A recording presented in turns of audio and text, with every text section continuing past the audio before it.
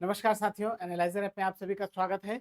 Chhattisgarh current affair की अगली class लेकर मैं आपके सामने उपस्थित हुआ हूं, जिसमें आज हम देखेंगे 1 अप्रैल 2025 से लेकर 7 अप्रैल 2025 तक के जितने भी करंट अफेयर हैं उनका एमसीक्यू। ठीक है, साथ में डिस्क्रिप्शन देखेंगे ताकि आपको और उसमें से एक्स्ट्रा जो है प्रश्न पूछे जाते हैं उनकी तैयारी हो सके। ठीक है, तो सभी सेशन को लाइक किया कीजिए, अगर पसंद आ रहा होगा तो, और कमेंट करके जरूर बताया कीजिए कैसा लग रहा है। चलिए शुरू करते हैं आज का हमारा पहला प्रश्न, जिसमें कहता है कि गिबली ट्रेन के वायरल होने में निम्न में से कौन से कारण प्रमुख भूमिका निभा रहे हैं। गिबली आप सभी ने सुना होगा, जो कि अभी बहुत वायरल हो रहा है, और इसका कारण क्या है। ऑप्शन ए, केवल जापानी एनिमे प्रेमियों की रुचि। ऑप्शन बी, ओपन एआई द्वारा प्रदान किया गया image generation tool. Option C, Instagram व फेसबुक जैसे सोशल प्लेटफॉर्म पर इन्फ्लुएंसर्स की सक्रियता। या ऑप्शन डी, गिबली स्टूडियो द्वारा भारत में प्रमोशन बहुत ही ज्यादा ट्रेंड में है। और गिबली, ठीक है, अभी आप लोगों ने देखा होगा, अगर गिबली की शुरुआत की बात करूं तो इसकी शुरुआत जो है 15 जून 1985 को हुई थी।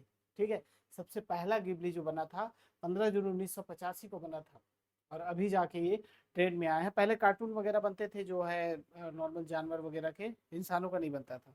ठीक है, चलिए, आपने भी कभी ना कभी बनाया है। इनमें से जो देख रहे हैं वो कितने लोगों ने अपना गिबली बनाया है, मुझे कमेंट करके बताइए।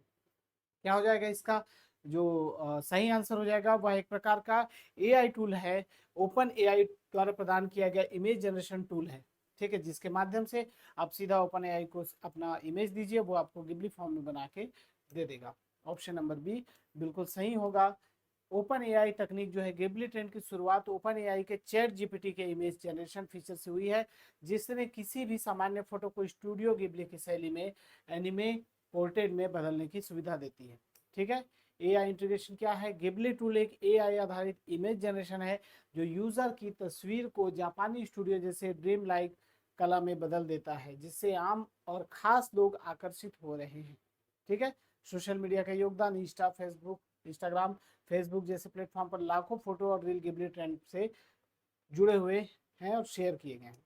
ठीक है, अन्य प्लेटफॉर्म की मैं बात करूं तो ओपन एआई द्वारा लिमिटेशन के बाद अन्य एआई टूल्स ने भी गिबली स्टाइल की इमेज जनरेशन शुरू कर दी है, जिससे यह ट्रेंड और भी व्यापक हो गया है। ठीक है, भारत ने किसी भी प्रकार का इसका प्रमोशन नहीं किया है। ठीक है, याद रखिएगा, भारत ने किसी भी प्रकार का इसमें प्रमोशन नहीं किया है गिबली का। चलिए बढ़े दूसरे प्रश्न की ओर। पहला प्रश्न सभी को समझ आ गया होगा, नहीं समझ आया होगा तो नोट डाउन कर लीजिए, कॉपी पेन लेके बैठिए। वर्ल्ड आइडल फैक्ट की तरह सभी को नोट डाउन करना है, और कल का सेशन कैसा लगा वो भी जरूर बताइएगा। दूसरा प्रश्न, गिबली ट्रेंड से जुड़ी समसामयिक खोज प्रवृत्तियों के संदर्भ में निम्नलिखित में से कौन सा कथन सही है। Option A, Ghibli trend IPL से अधिक ट्रेंड कर रहा है। ऑप्शन बी, पिछले 2 दिनों में गिबली को 10 लाख से अधिक लोगों ने गूगल पर खोजा है। ऑप्शन सी, छत्तीसगढ़ गिबली से जुड़ी गूगल सर्च में देश में 6वें स्थान पर है। ऑप्शन डी, गिबली ट्रेंड केवल युवा वर्ग तक सीमित है। सही आंसर आपको बताना है, क्योंकि अभी अभी डेटा जारी किया गया है और इसमें छत्तीसगढ़ का स्थान जो है 6वें नंबर का है गिबली ट्रेंड में। ठीक है, ऑप्शन नंबर सी बिल्कुल सही है, नोट डाउन करके रखिए, इंपॉर्टेंट है ये। गिबली ट्रेंड में छत्तीसगढ़ का स्थान तीसरा है। सॉरी, तीसरा नहीं, छठवां है, 6वें स्थान पर है छत्तीसगढ़। ऑप्शन नंबर सी बिल्कुल सही हो जाएगा। और इस राज्य के डिजिटल समाज में तेजी से बदलाव तकनीक प्रयोगशीलता को दर्शाता है। क्या, 6वें स्थान पर होना। ठीक है, 48 घंटों में गूगल सर्च रिपोर्ट के अनुसार गिबली और चैट जीपीटी दोनों ने पिछले 48 घंटों में ट्रेंड में दूसरा स्थान हासिल किया है। ठीक है, इसके अलावा सर्च वॉल्यूम गिबली और चैट जीपीटी को मिलाकर लगभग 5 लाख बार सर्च किया गया है, न कि 10 लाख बार। ठीक है, डेटा भी याद रखिएगा। और वर्ग विशेष तक सीमित नहीं है, गिबली ट्रेंड केवल युवाओं तक सीमित नहीं है, बल्कि राजनेता, उद्यमी, खिलाड़ी, आमजन सभी जो है गिबली ट्रेंड के लिए अपना इमेज दे रहे हैं, शामिल है इसमें गिबली ट्रेंड में। ठीक है, चलिए बढ़ते हैं तीसरे प्रश्न की ओर और देखते हैं हमारा तीसरा प्रश्न क्या कहता है। तीसरा कहता है, छत्तीसगढ़ की सब जूनियर बालिका सॉफ्ट टेनिस टीम की हालिया उपलब्धि निम्न में से किस दिशा में राज्य की खेल नीति और सामाजिक प्रवृत्तियों का संकेत देती है? ऑप्शन ए, राज्य में महिला खिलाड़ियों के लिए खेल अधोसंरचना का पूर्ण अभाव। ऑप्शन बी, ग्रामीण क्षेत्रों में खेल प्रतिभा को बढ़ावा देने के प्रयास विफल हो रहे हैं। ऑप्शन सी, महिला खिलाड़ियों में प्रतिस्पर्धात्मक उन्नति और राष्ट्रीय पहचान की बढ़ती क्षमता को। ऑप्शन डी, राज्य सरकार केवल पुरुष खिलाड़ी को ही प्राथमिकता दे रही है। अभी जो है नेशनल स्तर पर जो छत्तीसगढ़ नेशनल स्तर पर जो है सॉफ्ट टेनिस प्रतियोगिता हुई थी, उसमें छत्तीसगढ़ का स्थान तीसरे ब्रॉन्ज मेडल जीता है छत्तीसगढ़ की महिला बालिका टीम ने। ठीक है, उसी से संबंधित ये प्रश्न है। अगर एग्जाम में ऐसा भी पूछ दिया जा सकता है कि हाल ही में महिला टेनिस ने कौन सा स्थान प्राप्त किया या कौन सा मेडल प्राप्त किया, महिला टेनिस टीम। ठीक है, तो याद रखिएगा ब्रॉन्ज। और यह जो है इस किसका संकेत है, यहाँ पर जो ब्रॉन्ज पाए हैं वो किसका संकेत है? बालिका खिलाड़ियों में प्रतिस्पर्धात्मक उन्नति और राष्ट्रीय पहचान की बढ़ती क्षमता को। ठीक है, soft tennis team bronze medal जीती है इसलिए। ठीक है, राष्ट्रीय स्तर पर पहचान है। सब जूनियर बालिका टीम ने नेशनल चैंपियनशिप में ब्रॉन्ज मेडल, बताया मैंने, जीत कर यह सिद्ध किया कि छत्तीसगढ़ की बेटियां अब राष्ट्रीय मंच पर खुद को साबित कर रही हैं। महिला सशक्तिकरण का भी संकेत है, नीतिगत सफलता का संकेत है। इसके अलावा जो है प्रतिस्पर्धात्मक श्रेष्ठता का जो है यह संकेत है। ठीक है, बढ़ते हैं 2 अप्रैल की ओर। प्रश्न क्रमांक 4। अब देखिए इसमें प्रश्न क्रमांक नहीं लिखा है, चौथा नंबर है, वही नोट डाउन कर लीजिए। ठीक है,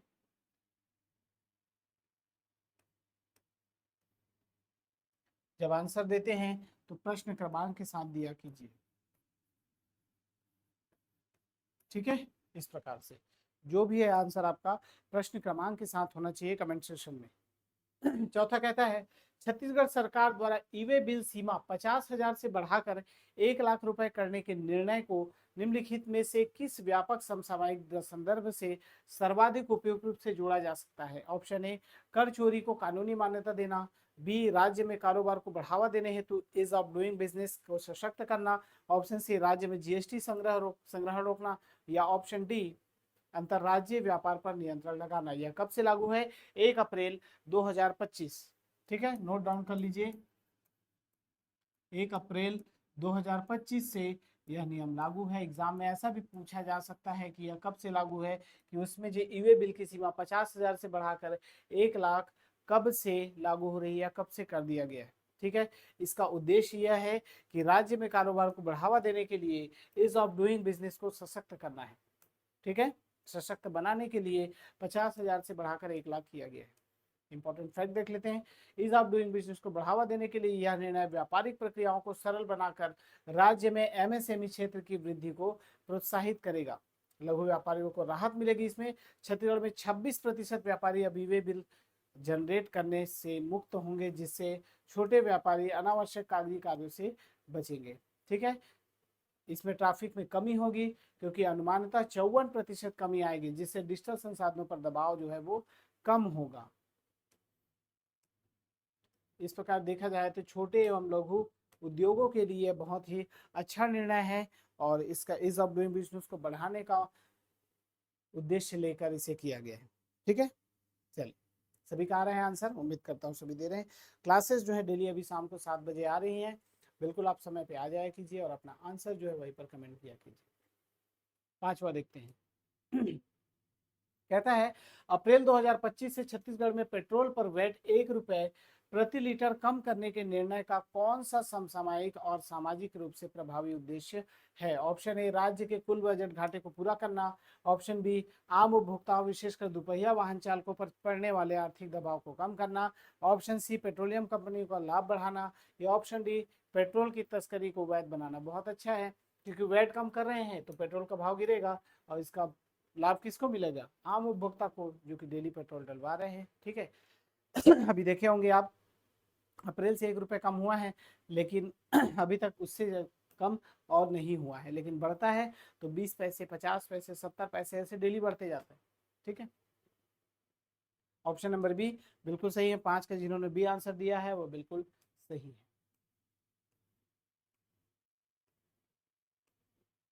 इससे दैनिक जीवन को सीधा लाभ मिलेगा। ठीक है, 6वें प्रश्न की ओर बढ़ते हैं और 6वां प्रश्न देखते हैं क्या कहता है। ध्यान से और अच्छे से नोट डाउन करते हुए चलिए।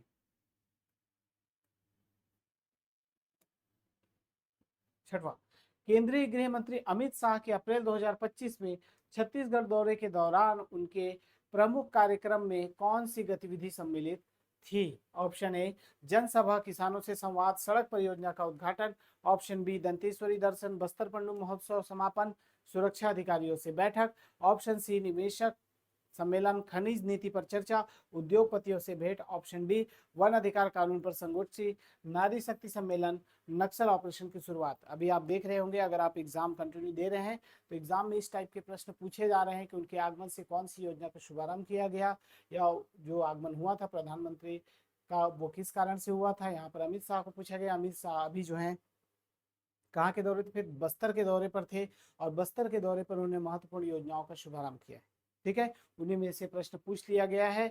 और छठवां का यहाँ पर बिल्कुल सही आंसर हो जाएगा दंतेश्वरी दर्शन। बस्तर पंडू महोत्सव बताया था मैंने, कब से कब तक है कमेंट करके बताइए। बस्तर पंडू महोत्सव का समापन था और सुरक्षा अधिकारियों से बैठक करना था। ऑप्शन नंबर बी बिल्कुल सही होगा। 4 अप्रैल की रात केंद्रीय गृह मंत्री अमित शाह रायपुर पहुंचे, वहां से 5 अप्रैल को दंतेवाड़ा का दौरा किया। उन्होंने सबसे पहले मां दंतेश्वरी मंदिर के दर्शन किए, जो बस्तर की आस्था का प्रमुख केंद्र है। बहुत अच्छा मंदिर है, मैं तो गया हूँ वहाँ पर। आप लोग अगर गए होंगे तो जान रहे होंगे, नहीं गए हैं तो एक बार जरूर जाना चाहिए, बहुत अच्छा है। ठीक है, इसके बाद वे बस्तर पंडू महोत्सव के समापन समारोह में शामिल हुए। यह महोत्सव बस्तर की संस्कृति, लोक कला, गीत, नृत्य, परिधान और व्यंजनों की भव्यता का प्रदर्शन करता है। मैंने पिछले क्लास में बताया था कि 3 चरणों में इसका जो है आयोजन किया जा रहा था बस्तर पंडुम का। इसके अलावा जो है सुरक्षा बलों के कमांडर और प्रशासनिक अधिकारियों के साथ एक महत्वपूर्ण बैठक में शामिल हुए। ठीक है, तो ऐसा नहीं है सिर्फ आगमन आगमन हुआ था तो क्यों हुआ था, और कौन कौन सी योजना या फिर किस कार्य को संपन्न किया गया, ये आपको पता होना चाहिए। 7वां प्रश्न देखते हैं, छत्तीसगढ़ में पहले सेमीकंडक्टर प्लांट की भूमि पूजन कब और कहां होने जा रहा है? ऑप्शन ए 11 मार्च भिलाई औद्योगिक क्षेत्र में, बी 11 अप्रैल नवा रायपुर अटल नगर में, सी 5 अप्रैल सिविल लाइन रायपुर में, या डी 2 मई कोरबा टेक्नोलॉजी पार्क में। पहला सेमीकंडक्टर प्लांट छत्तीसगढ़ में पहली बार ऐसा हो रहा है कि सेमीकंडक्टर प्लांट स्थापित किया जा रहा है, और इसकी बैठक जो हुई थी होने वाली है वो 11 अप्रैल को नवा रायपुर अटल नगर में होनी है। ठीक है, प्लांट का भूमि पूजन कब और कहाँ हुआ? स्थापना सेमीकंडक्टर प्लांट की 11 अप्रैल को नया रायपुर और अटल नगर में। ठीक है, कोई डाउट? यह राज्य का पहला सेमीकंडक्टर प्लांट होगा। इस प्लांट का भूमि पूजन 11 अप्रैल को किया जाएगा। संयंत्र की जानकारी उद्योग मंत्री लखनलाल देवांगन को कंपनी के एमडी और डायरेक्टर ईश्वर राव नंदन ने रायपुर में दी। ठीक है, सेमीकंडक्टर उद्योग भारत सरकार की प्राथमिकता में है, और छत्तीसगढ़ में इसकी स्थापना के से राज्य आईटी और इलेक्ट्रॉनिक सेक्टर में तेजी आएगी। ठीक है, रोजगार का अवसर भी मिलेगा। अच्छा प्रश्न है, ध्यान से और अच्छे से लिख के नोट डाउन करिए। छत्तीसगढ़ में पहला सेमीकंडक्टर प्लांट कहाँ स्थापित किया जा रहा है, सीधा सीधा तौर पे पूछा जा सकता है। ठीक है, प्रश्न क्रमांक 8, हाल ही में हुए नियुक्ति के संदर्भ में निम्नलिखित में से कौन से व्यक्तियों की नियुक्तियां सही मेल खाती हैं? Option A Bhupendra Savarni, non अध्यक्ष दीपक भस के पर्यटन मंडल। Option B Kedar Gupta, medical service corporation. Sanjay Shrivastava, दुग्ध महासंघ। ऑप्शन सी सौरभ सिंह, खनिज विकास निगम। और राजीव अग्रवाल, औद्योगिक विकास निगम। ऑप्शन डी राम सेवक पैकरा, वित्त आयोग। नीलू शर्मा, गृह निर्माण मंडल। इंपॉर्टेंट है इसलिए प्रश्न यहाँ पर लाए गए।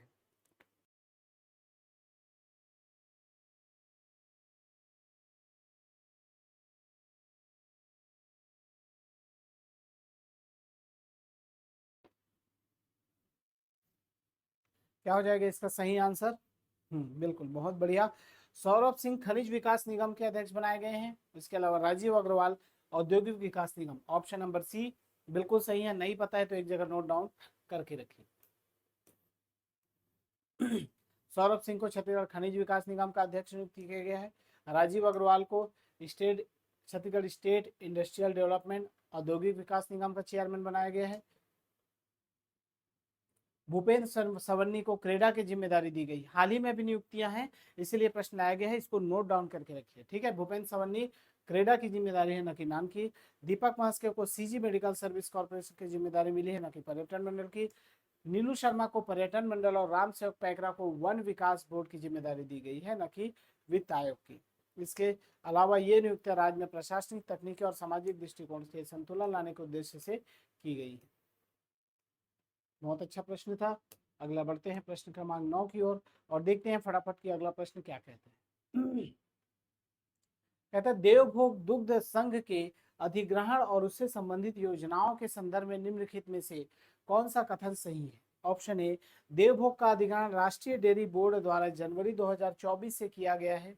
बी है, रायपुर संयंत्र की प्रोसेसिंग क्षमता 1 लाख लीटर है। सी है, अधिग्रहण के बाद 2500 नई समितियों के गठन की योजना है। डी है, राज्य सरकार किसानों को 10 रुपए प्रति लीटर अनुदान देगी। ठीक है, चलिए फटाफट इसका आंसर दे दीजिए, क्या हो जाएगा सही आंसर?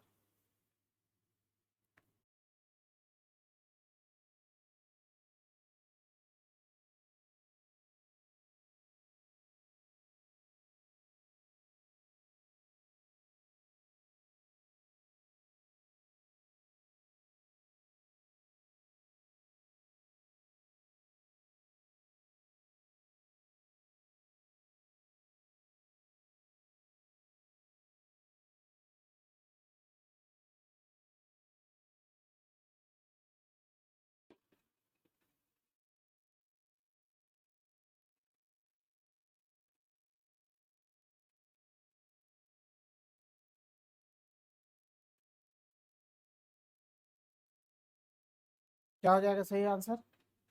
कमेंट किए बिल्कुल। अधिग्रहण के बाद 2500 नई समितियों के गठन की योजना है, यह कथन जो है बिल्कुल सही है। देवभोग दुग्ध संघ के अधिग्रहण और उससे संबंधित योजना के संदर्भ में कौन सा कथन सही है बताना था। ऑप्शन नंबर सी बिल्कुल सही होगा, क्योंकि 2500 नई समितियों के गठन की योजना बनाई गई है। ठीक है, सभी को अच्छे से पता होना चाहिए। नेशनल डेयरी बोर्ड ने देवभोग ब्रांड का अधिग्रहण कर लिया है। इसकी प्रक्रिया 1 जनवरी से शुरू होकर 1 अप्रैल से पूरी हुई।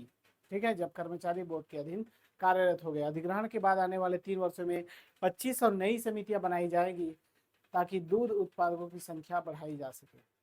ठीक है, रायपुर संयंत्र वर्तमान क्षमता 50,000 लीटर दैनिक और बिलासपुर संयंत्र की 30,000 लीटर दैनिक। राज्य सरकार 2.5 रुपए प्रति लीटर अतिरिक्त राशि देती है, न कि 10 रुपए। इसके अलावा इस अधिग्रहण से किसानों को लाभ मिलेगा सीधे तौर पर। ठीक है, और कोई डाउट? चलिए कमेंट कर दीजिएगा अगर कुछ डाउट होगा तो। 10वां देखते हैं, देवभोग ब्रांड और इसकी आर्थिक स्थिति के बारे में निम्नलिखित में से कौन सा युग्म सही मेल नहीं खाता है? ऑप्शन ए, बिलासपुर संयंत्र 1987 से संचालित है। ऑप्शन बी, रायपुर संयंत्र 50,000 लीटर क्षमता की। ऑप्शन सी, पूर्व नाम सांची। या ऑप्शन डी, अधिग्रहण पशुपालन विभाग द्वारा किया गया। देवभोग ब्रांड और इसकी आर्थिक स्थिति के बारे में कौन सा कथन सही नहीं है? तो 1987 में बिलासपुर संयंत्र संचालित था, बिल्कुल। रायपुर संयंत्र 50,000, बिल्कुल सही है। इसके अलावा पूर्व नाम सांची था, सभी जानते हैं, ये भी सही है। अधिग्रहण पशुपालन विभाग द्वारा नहीं किया गया है। ठीक है, ऑप्शन नंबर डी इसका सही आंसर हो जाएगा, क्योंकि कौन सा कथन सही नहीं है पूछा गया था। अधिग्रहण की प्रक्रिया नेशनल डेयरी बोर्ड के माध्यम से की गई, जो केंद्र सरकार के अधीन कार्य करती है। ठीक है, प्रत्यक्ष रूप से पशुपालन समिति विभाग जो है इसमें शामिल नहीं है। 11वां प्रश्न अगला आपके लिए बहुत इंपॉर्टेंट, अगर नहीं पता है तो नोट डाउन करके रखिएगा, वन लाइनर फैक्ट की तरह। ठीक है, चलिए आवाज सभी को क्लियर आ रही है?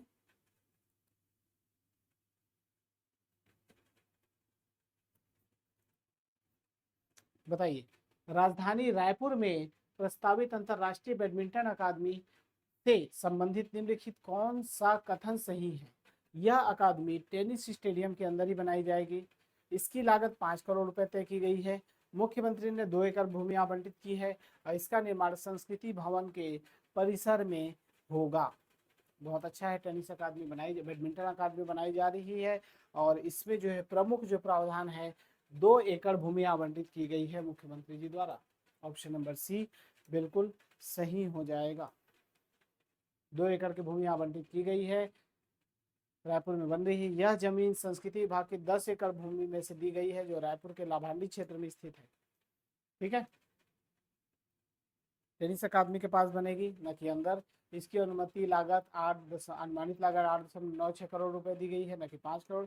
यह निर्णय छत्तीसगढ़ बैडमिंटन संघ के अध्यक्ष, नोट डाउन कर लीजिए अध्यक्ष कौन है, विक्रम सिसोदिया की मांग पर किया गया, जिन्होंने मुख्यमंत्री से मुलाकात की। उद्देश्य तो सभी जानते हैं, खेल प्रतिभा को बढ़ावा देना। ठीक है, चलिए बढ़ते हैं 12वें प्रश्न की ओर। कहता है निम्न में से किसके नेतृत्व में अंतर्राष्ट्रीय बैडमिंटन अकादमी की मांग मुख्यमंत्री से की गई? विक्रम सिसोदिया, संजय मिश्रा, अनुराग दीक्षित या कविता दीक्षित? अभी मैंने थोड़ा देर पहले ही बताया, बैडमिंटन संघ के अध्यक्ष Vikram Sisodia, option number A बिल्कुल सही है। ठीक है, अंतर्राष्ट्रीय बैडमिंटन अकादमी की मांग छत्तीसगढ़ बैडमिंटन संघ के अध्यक्ष विक्रम सिसोदिया जी द्वारा की गई। इम्पॉर्टेंट है भाई, जो भी नया इंटरनेशनल तौर पे बनने वाले हैं वो इम्पॉर्टेंट है, इसीलिए यहाँ पर उस प्रश्न को शामिल किया गया है। ठीक है, चलिए बढ़ते हैं अगले प्रश्न की ओर, देखते हैं क्या कहते हैं हमारा 13वां प्रश्न। हाल ही में केंद्रीय कैबिनेट द्वारा स्वीकृत खरसिया नया रायपुर परमल कसा रेल परियोजना से संबंधित निम्नलिखित में से कौन सा कथन सही नहीं है, बताना है। ऑप्शन ए, यह परियोजना छत्तीसगढ़, उड़ीसा और झारखंड में फैली हुई है। ऑप्शन बी, यह परियोजना 278 किलोमीटर लंबी है। ऑप्शन सी, इससे 8 जिलों को प्रत्यक्ष लाभ मिलेगा। या ऑप्शन डी, इसमें ट्रैक की कुल लंबाई 615 किलोमीटर की होगी। पूछा गया है कौन सा कथन सही नहीं है, ये आपको पता होना चाहिए। अगर आप पढ़े हैं तो बिल्कुल सही आंसर देंगे, पढ़े नहीं है तो ये दिक्कत हो जाएगा, क्योंकि खरसिया नया रायपुर और परमल कसा रेल परियोजना जो है मुख्यतः छत्तीसगढ़ राज्य से संबंधित है, न कि उड़ीसा और झारखंड में फैली हुई है। यह सिर्फ छत्तीसगढ़ से, ऑप्शन नंबर ए सही हो जाएगा। उड़ीसा और झारखंड में फैली नहीं हुई। इस परियोजना की कुल लंबाई 278 किलोमीटर है, लेकिन इसमें मल्टी ट्रैकिंग के कारण 615 किलोमीटर का ट्रैक निर्माण प्रस्तावित है। ठीक है, परियोजना को जो है 8 जिले कौन कौन से हैं, रायगढ़, जांजगीर चांपा, शक्ति, बिलासपुर, बलौदाबाजार, रायपुर, दुर्ग और राजनांदगांव को प्रत्यक्ष लाभ होगा। ऐसे प्रश्न एग्जाम में अक्सर पूछे जाते हैं, रेल परियोजना से संबंधित एग्जाम में प्रश्न आते ही हैं, इसलिए इसको नोट डाउन करके और अच्छे से रखिएगा। अगला प्रश्न भी उसी से संबंधित है, प्रश्न क्रमांक 14। ठीक है, खरसिया नया रायपुर परमल कसा रेल परियोजना से छत्तीसगढ़ के किन क्षेत्रों में औद्योगिक निवेश को बढ़ावा मिलने की संभावना है? रायपुर और दुर्ग, बलौदाबाजार और शक्ति, बलौदाबाजार इस्पात क्षेत्र और सीमेंट संयंत्र से जुड़े क्षेत्र, या ऑप्शन डी जांजगीर चांपा और रायगढ़। इसको लाने का प्रमुख उद्देश्य क्या है सरकार का, और किन क्षेत्रों को लाभ पहुंचाया जाएगा? याद रखिएगा, बलौदाबाजार में, बलौदाबाजार इस्पात क्षेत्र और सीमेंट संयंत्र को जोड़ने से जुड़े हुए क्षेत्र को इसका सबसे ज्यादा लाभ होगा, ऑप्शन नंबर सी।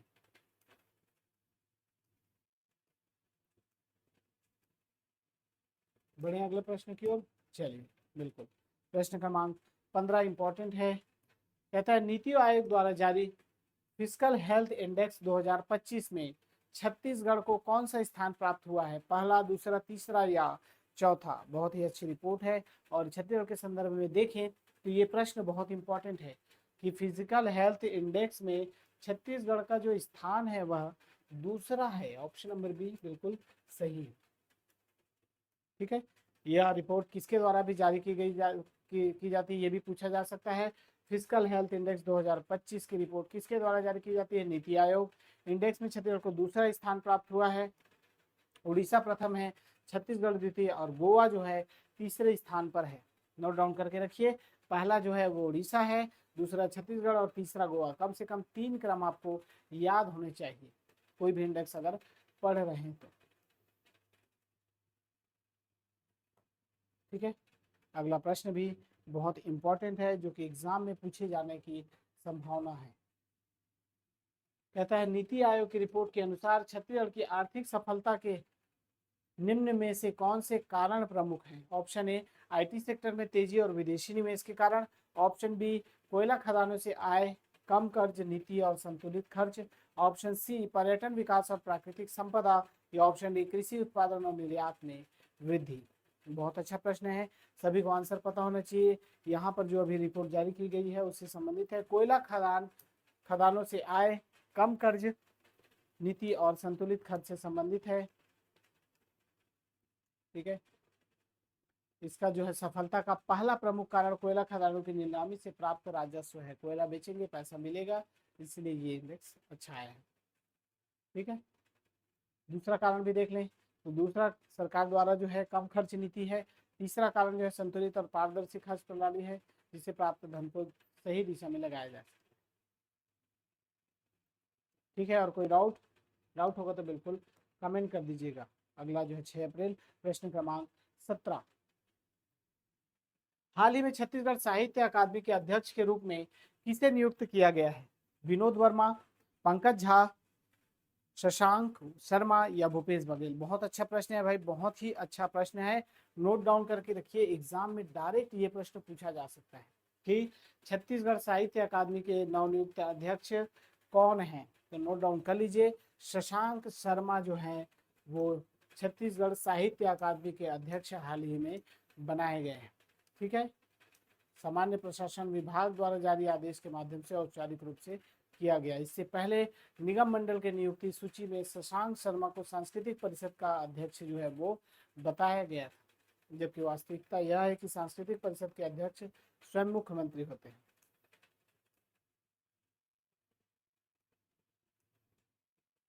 अगला प्रश्न भी बहुत इंपॉर्टेंट है, very very important, note down करके रखिएगा। ठीक है, सुशासन तिहार 2025 छत्तीसगढ़ में कितने चरणों में आयोजित किया जाएगा? ऑप्शन ए 2 चरणों में, ऑप्शन बी 3 चरणों में, ऑप्शन सी 4 चरणों में, या ऑप्शन डी केवल 1 चरण में? सुशासन तिहार 2025 सोशल मीडिया पे बहुत चल रहा था, और सुशासन तिहार जो है गांव गांव में आयोजित किया जा रहा है। इसको याद रखिएगा, मुख्यतः 3 चरणों में आयोजित किया जाएगा। ठीक है, ऑप्शन नंबर बी बिल्कुल सही है, 3 चरणों में। और ये चरण कब कब हैं तो मैं बता देता हूँ। पहला चरण जो है वो कब से, 8 अप्रैल से 11 अप्रैल 2025 तक, नोट डाउन। ठीक है, दूसरा चरण जो है पहले चरण के प्राप्त आवेदन निराकरण हेतु लगभग 1 माह की अवधि के भीतर। ठीक है, उसके बाद तीसरा चरण जो है 5 मई से 31 मई 2025 के मध्य समाधान शिविरों का आयोजन किया जाएगा प्रत्येक गांव में। अगर आप अभी देख रहे हैं वीडियो को, ठीक है, तो बिल्कुल आपको पता होगा, आपके गांव में भी लगा होगा।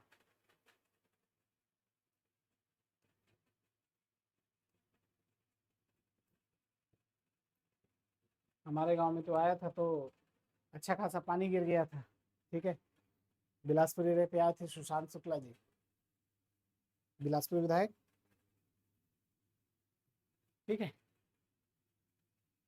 19वां, नवा रायपुर में बनने वाले विधायकों के नए विश्राम गृह के संबंध में कौन सा कथन सत्य है, बताना है। ऑप्शन ए, यह परियोजना 45 करोड़ की लागत से तैयार होगी। ऑप्शन बी, इसमें कुल 5 ब्लॉक और 60 फ्लैट होंगे। ऑप्शन सी, इसमें कुल 9 ब्लॉक और 81 फ्लैट बनाए जाएंगे। या ऑप्शन डी, यह पुराने विधानसभा भवन के बगल में ही बनाया जाएगा। रायपुर में विधायकों के लिए नया विश्राम गृह बन रहा है, और इसका प्रमुखतः अच्छा कारण जो है वो 9 ब्लॉक और 81 फ्लैट बनाए जाएंगे। ऑप्शन नंबर सी बिल्कुल सही होगा। ठीक है, 45 एकड़ भूमि में विधायकों के लिए इतने सारे हैं। अगर नोट डाउन करना चाहे तो इसके पूरा डिटेल आप नोट डाउन कर सकते हैं, कौन कौन सा इंपॉर्टेंट है। ठीक है,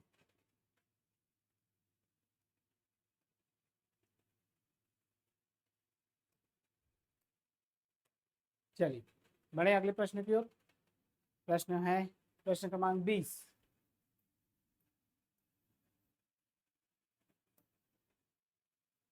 छत्तीसगढ़ में अक्षय ऊर्जा से जुड़े कौन से कार्य मुख्यमंत्री विष्णुदेव साय द्वारा लोकार्पित किए गए? ऑप्शन ए, कोयला आधारित थर्मल प्लांट। ऑप्शन बी, सौर ऊर्जा संचालित battery swapping station. Option C, पवन ऊर्जा संयंत्र। या ऑप्शन डी, पनबिजली उत्पादन केंद्र। बहुत इंपॉर्टेंट और बहुत अच्छा प्रश्न है, इसको आपको नोट डाउन करके रखना चाहिए। ठीक है, सही आंसर जो है वो बिल्कुल कमेंट कर दीजिएगा। यहाँ पर सही आंसर हो जाएगा ऑप्शन नंबर बी, सौर ऊर्जा संचालित बैटरी स्वैपिंग स्टेशन। ठीक है, चलिए। मुख्यमंत्री विष्णुदेव साय रायपुर स्थित क्रेडा परिसर में अक्षय ऊर्जा संबंधित 50 करोड़ रुपए से अधिक के कार्यों का लोकार्पण और भूमि पूजन किया। अगला प्रश्न भी उससे संबंधित इंपॉर्टेंट है, फटाफट और ध्यान से पढ़िए और आंसर दीजिए। कहता है, छत्तीसगढ़ सरकार द्वारा नवीनीकरण ऊर्जा को बढ़ावा देने हेतु किए जा रहे प्रयासों में कौन सा कथन सही नहीं है? ऑप्शन ए, ऊर्जा शिक्षा उद्यानों को नेट जीरो करने की योजना है। ऑप्शन बी, सभी ऊर्जा शिक्षा उद्यानों में कोयला भट्टी लगाने की योजना है। ऑप्शन सी, बिलासपुर, राजनांदगांव व जगदलपुर में बैटरी स्वैपिंग स्टेशन बनेंगे। ऑप्शन डी, राज्य सरकार गरीबों को सब्सिडी देने हेतु बजट प्रावधान कर रही है। ऑप्शन नंबर कौन सा है 21वां का, वो आपको कमेंट करके बताना है। ठीक है, तो सही आंसर क्या हो जाएगा? ऑप्शन नंबर बी, सभी ऊर्जा शिक्षा उद्यानों में कोयला भट्टी लगाने की योजना है। ऐसा कोई योजना नहीं है, ये कथन जो है वो बिल्कुल गलत है। ठीक है, क्या क्या इंपॉर्टेंट है इसमें नोट डाउन कर लीजिए। नवीनीकरण ऊर्जा को बढ़ावा देने के सौर ऊर्जा संचालित battery swapping station, net zero ऊर्जा शिक्षा उद्यान और सोलर पंप बनाने की योजना है। प्रमुख शहर जो है बिलासपुर, राजनांदगांव, जगदलपुर। योजना का विस्तार किया जाएगा। ठीक है, इसमें किसी भी प्रकार की कोयला भट्टी लगाए जाने की योजना नहीं है। ठीक है, तो आज का सेशन यहीं पर समाप्त करते हैं। और बिल्कुल भाई कमेंट किया कीजिए, अगर पसंद आता है लाइक शेयर सब्सक्राइब जरूर कीजिए चैनल को, नए हैं तो। और डेली आएंगे क्लासेस, बिल्कुल निश्चिंत रहिए। चले मिलते हैं अगले क्लास में, तब तक के लिए नमस्कार, जय हिंद।